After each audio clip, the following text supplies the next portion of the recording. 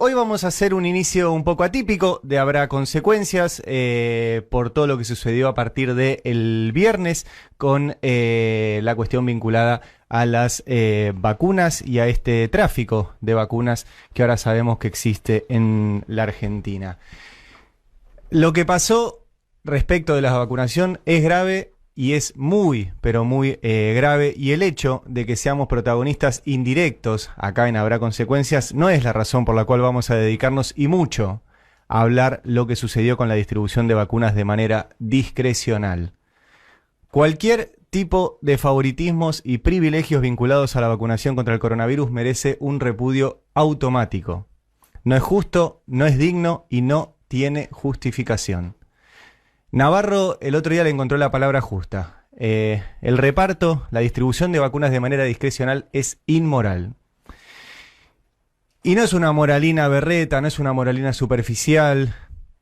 Es un imperativo ser morales en un país donde tenemos hoy 51.122 fallecidos por coronavirus, a los cuales no podemos velar como queremos. Y más de 2 millones de contagiados. Estamos en un país donde en plena pandemia el 25% de la población necesita del Estado para comer. Para comer. Pero esto no es de lo único que tenemos que hablar hoy. Porque este país donde 1 de cada 4 argentinos no logra alimentarse o tener sus remedios, es consecuencia de los que hoy quieren aprovechar esta inaceptable situación para una vez más imponer sus proyectos de miseria planificada. Y seamos claros, de esto no se pueden aprovechar los que mandaron a miles de personas a contagiarse a las calles.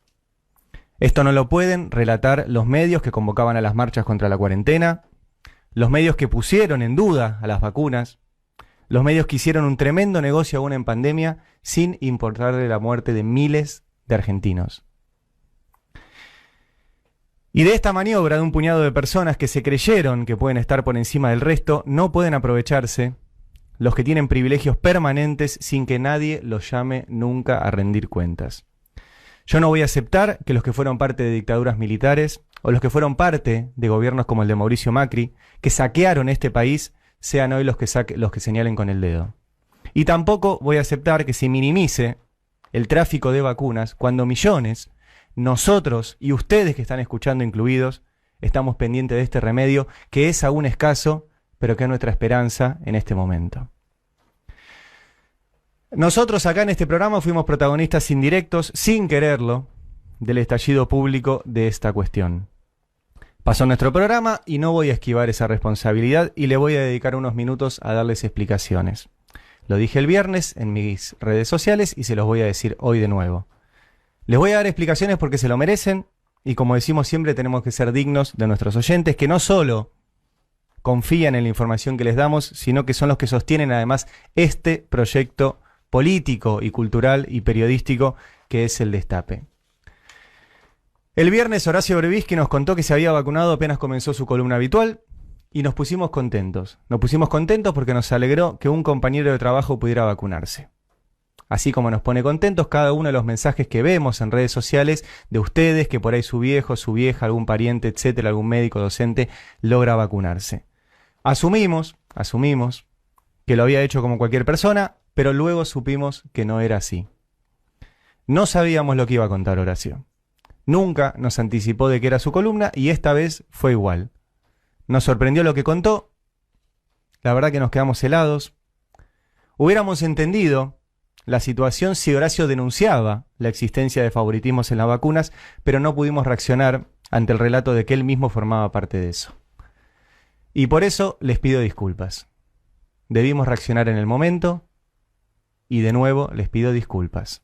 Lo que hizo Horacio está mal. Se lo dije a él el viernes cuando lo llamé después del programa y lo vuelvo a decir ahora. Lo que hizo Horacio está mal. Todos tenemos que esperar nuestro turno para vacunarnos. Ahora la cuestión es qué va a hacer el gobierno. Por lo pronto, amerita una profunda investigación para determinar si estos fueron casos aislados o si existió un tráfico sistematizado de vacunas para amigos y entenados. Ya hay, por ejemplo, sindicalistas, como Hugo Moyano, que reconocieron que se vacunaron antes que médicos y docentes. Y me animo a vaticinar que no es el único.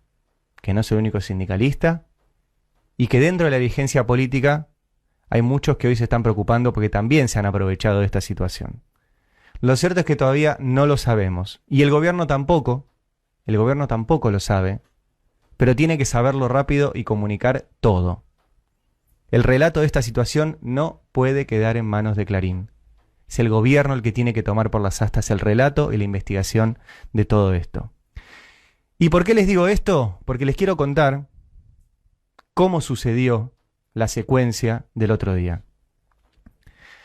El gobierno sabía que Clarín iba a publicar una nota sobre los vacunatorios VIP. Lo sabía al menos desde el jueves. Todo esto explotó el viernes. No se enteraron por la confesión de Brevisky en este programa. Lamentablemente, ahí nos enteramos nosotros, se enteraron ustedes y se enteró mucha gente. Pero el gobierno sabía de un día antes. Y lo que tendría que haber hecho Alberto es ir al ministerio, patear la puerta, desenmascarar la existencia de estos manejos, despedir a quien tuviera que despedir y ser el presidente quien comunicara esta cuestión que es, les repito, muy grave. Y en lugar de esto, fue Brevisky primero y Clarín después los que sentaron el relato sobre lo que pasó.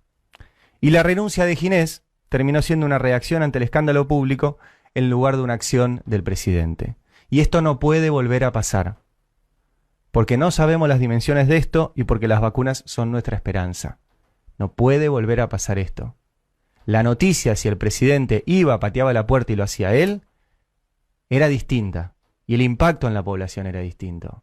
Era un presidente que descubre un vacunatorio VIP, lo desenmascara, despide a quien tiene que despedir e inicia él el relato sobre lo que sucedió.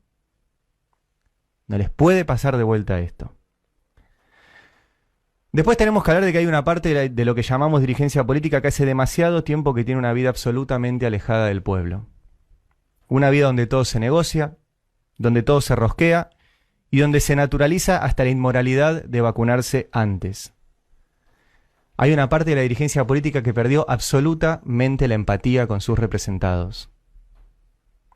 Y así como siempre les decimos que tenemos un establishment, o una élite, o una oligarquía que está absolutamente divorciada del destino del país donde hace sus negocios, también tenemos un sector de la dirigencia política que se acostumbró a ciertos privilegios y tiene miedo de perderlos.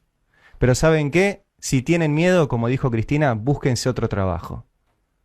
Porque nosotros necesitamos una dirigencia política empática con el pueblo, con las personas a las que representa. Y que no se crea que los lugares de dirigencia son lugares para obtener privilegios. Esto que pasa es muy grave, y además, quiero hablar de esto, deja un terreno fértil para lo que ese mismo establishment construyó como una herramienta muy efectiva, que es la antipolítica. La antipolítica es un negocio del establishment. La antipolítica es un negocio del poder permanente.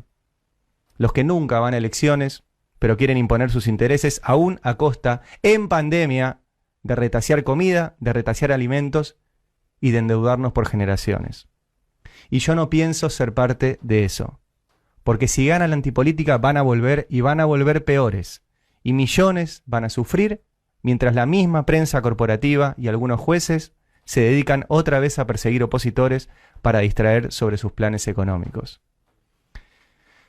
El discurso antipolítica de estos días va a ser sobre los supuestos privilegios que tienen algunos funcionarios para vacunarse también. Y no les va a importar nada el caso del vacunatorio VIP, que desde ya les adelanto, nosotros en el Destape vamos a investigar qué pasó con las vacunas. Nosotros en el Destape vamos a investigar si hubo tráfico de vacunas en la Argentina. Y lo vamos a hacer profesionalmente. Y lo vamos a hacer en serio. Porque no puede pasar eso. Pero a ellos no les interesa si había un vacunatorio VIP o si había tráfico de vacunas. Ellos van por el gobierno. Y el discurso de la antipolítica de estos días es para ir contra el gobierno.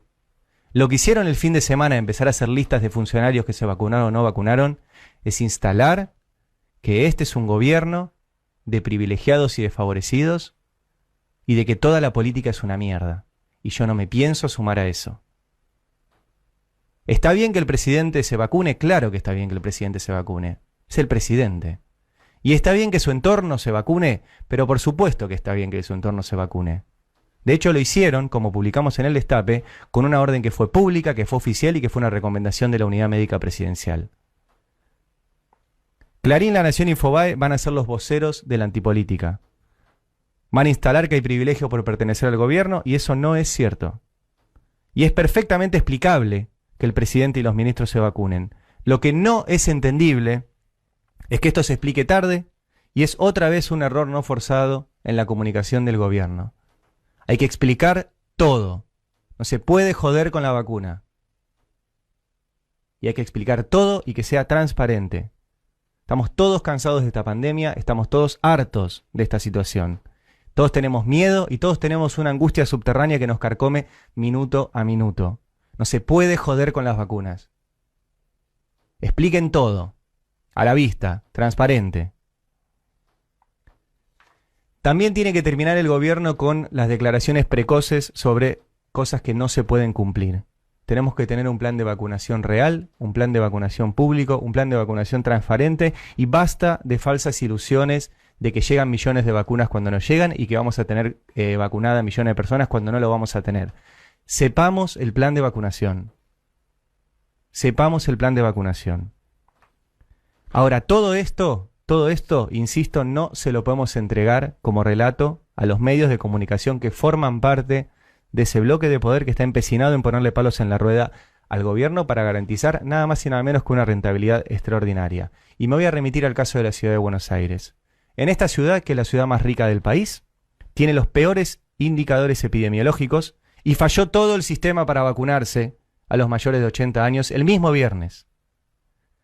Rodríguez Larreta, que es el candidato de la derecha y el establishment, no garantiza vacunas para los médicos y para los docentes. Y a contrapartida, médicos y docentes bonaerenses ya fueron vacunados por el gobierno de Axel Kicillof.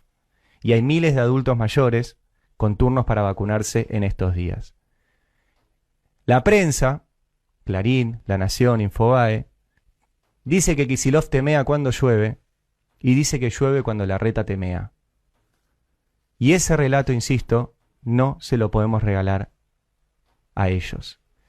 Y cierro con esto. Otra de las herramientas de la antipolítica es deshistorizar. Se deshistorizan ellos y nos deshistorizan a nosotros. ¿Por qué se deshistorizan ellos? Para limpiarse. Porque ellos no se pueden hacer cargo de su historia. Y nos deshistorizan a nosotros para que nosotros tengamos que empezar todo el tiempo de nuevo. Los que se deshistorizan a ellos mismos para limpiarse son los que eliminaron el Ministerio de Salud y el Ministerio de Ciencia, que son los dos pilares frente a esta pandemia.